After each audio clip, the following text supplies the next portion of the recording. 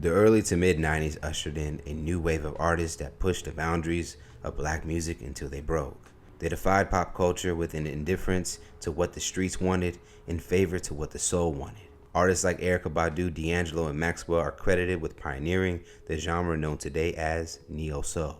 The unique spin on R&B swept the radio and became a household fixture by the early 2000s. But as groundbreaking as it was, its commercial appeal was short-lived.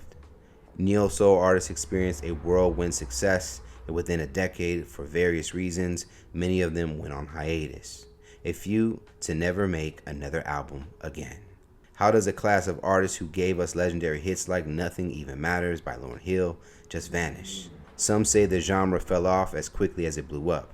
Others would say it just took a new form. But what's for certain is that the neo-soul that we knew in 1995 is no more. Here's why neo-soul disappeared. D'Angelo's 1995 Brown Sugar album is credited as one of the first neo-soul albums ever. That could be because his manager at the time, Kedar Masonberg, was the one who coined the term. Although many of the artists who gave neo-soul its international impact rejected the label itself, Masonberg felt it was necessary to give this new alternative R&B a name. He told Billboard magazine in 2002, "They don't want this music to be looked at as a genre, because when you classify music, it becomes a fad, which tends to go away. But soul music is soul music. That's nothing really new under the sun. But in terms of marketing today, there's a need to categorize music for consumers so they know what they're getting. So, for lack of a different term, I coined neo-soul." And things feel like it's jogging in place, it makes it so easy for something to come in and like boom, kicking the door, waving the 4-4. And then that's what neo soul did at that time.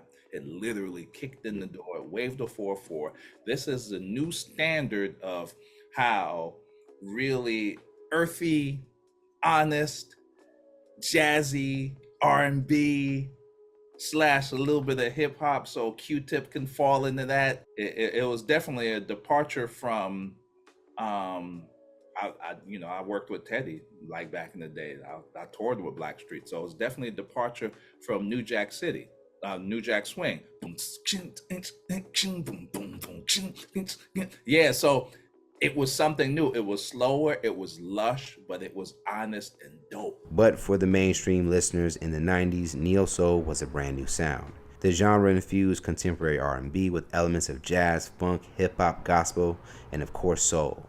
Artists like Jill Scott, Musiq Soulchild, and Common came on the scene sporting knit hats, head wraps, and afros in stark contrast to the shiny suits and blinged out hip huggers of popular urban culture at the time.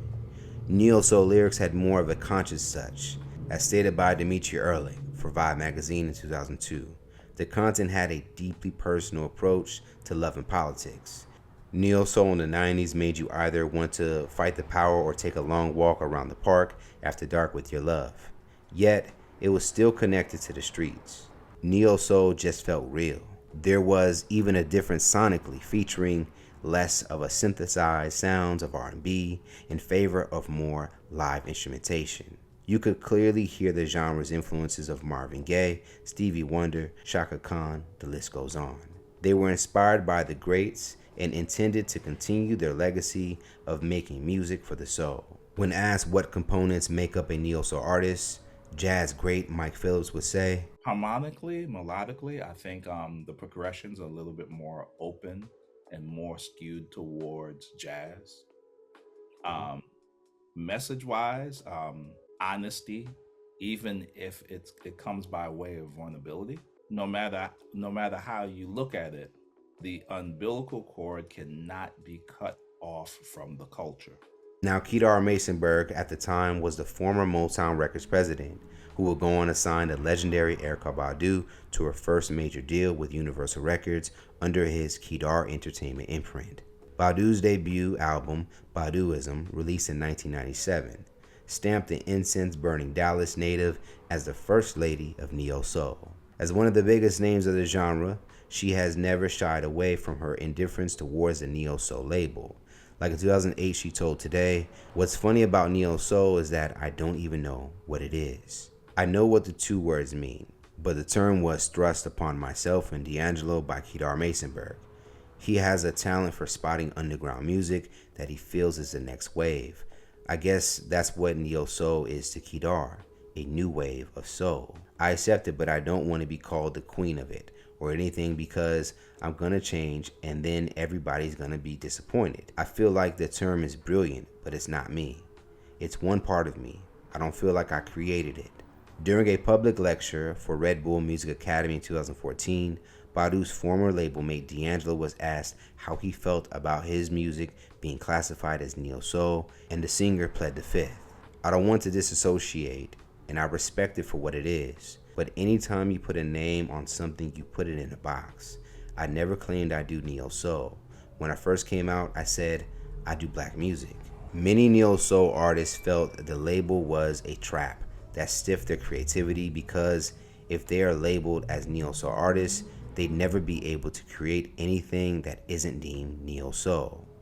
The ambivalence of neo soul artists towards the newfound classification of their sound did not diminish the stardom that followed in the years to come.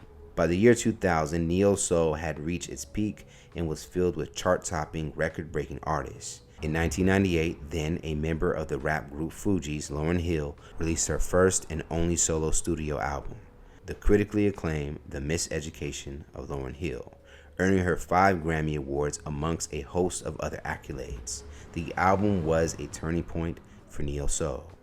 By the year 2000, the genre had reached a commercial breakthrough. You couldn't turn on the radio without hearing A Long Walk by Jill Scott or Love by Musiq Soulchild. The same year, 3 albums produced by the collective Soulquarians continued to solidify neo soul's position in music. D'Angelo's Voodoo, Common's Like Water for Chocolate, and Erykah Badu's Mama's Gun pushed the needle for creativity in black music and were mostly met with widespread acclaim. But the more the artists began to experiment with their sound, the more their fears of being boxed in came to be. For Erykah Badu, Mama's Gun was nothing like her debut, and although it is credited as one of the singer's best albums, the sales didn't quite reflect the praise. In an interview with the South African Sunday Times, she revealed, "I worked really hard on Mama's Gun. I really felt I had something to prove, and when it came out, I was very pleased with my work. But the commercial success in the United States was not as great as I expected, and I was down for a little bit and doubted its power.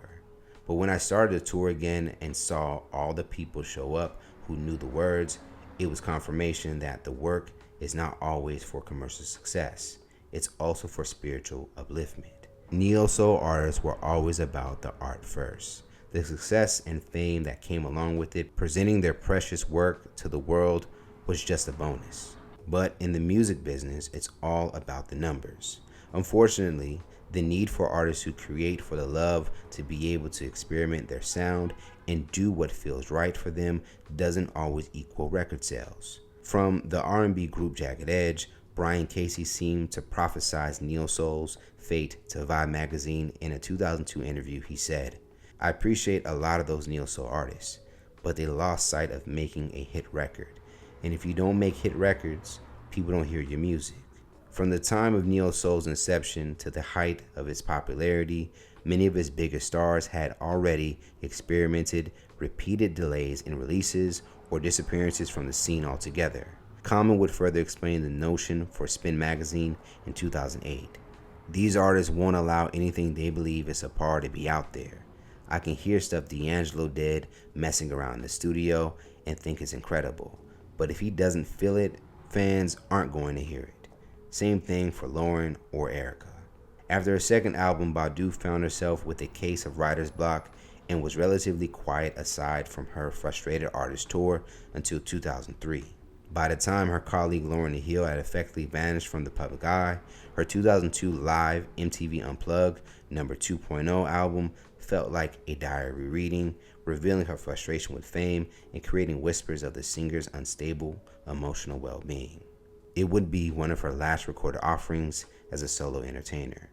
She told Essence in 2009, "I had to step away when I realized that for the sake of the machine, I was being way too compromised."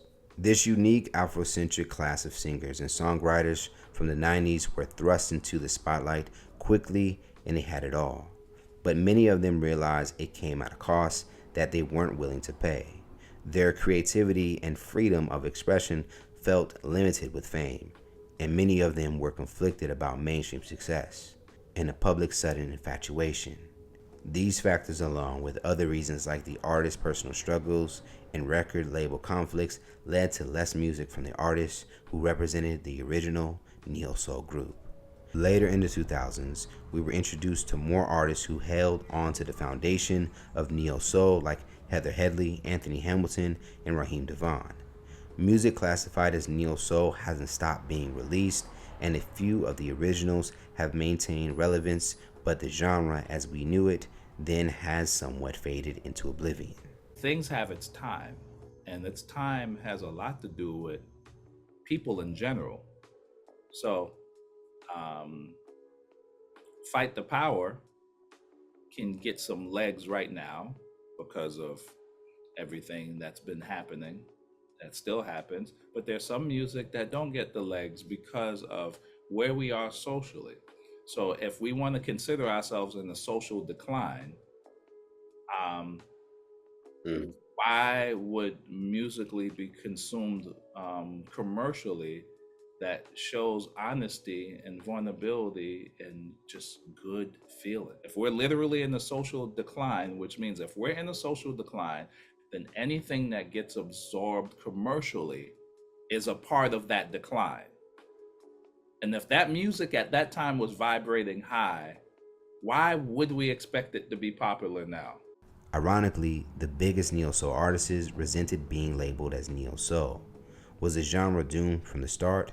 Was classifying the free spirited group of creatives the beginning of the end? Many fans and critics will argue that neo soul hasn't really left us, but it has just taken on a new form. The latter part of the 2010s gave us a new generation of R&B artists who have taken influence from those who originated New Soul.